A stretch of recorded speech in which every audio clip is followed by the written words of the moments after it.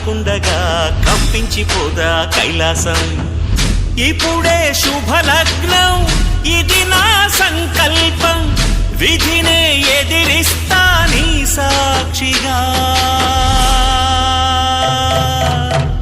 అళగర్ పెరుమాళు అందాల చెల్లెలా మిలమిలలాడే మీనాక్షి, నాకంటే పాపని కాసుకో చల్లగా తెల తెలవారని